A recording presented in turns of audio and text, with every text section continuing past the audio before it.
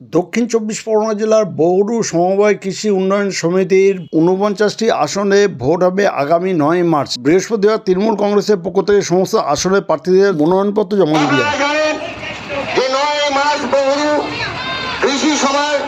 কৃষি সমবায় উন্নয়ন সমিতির যে নির্বাচন, সেই নির্বাচনকে সামনে রেখে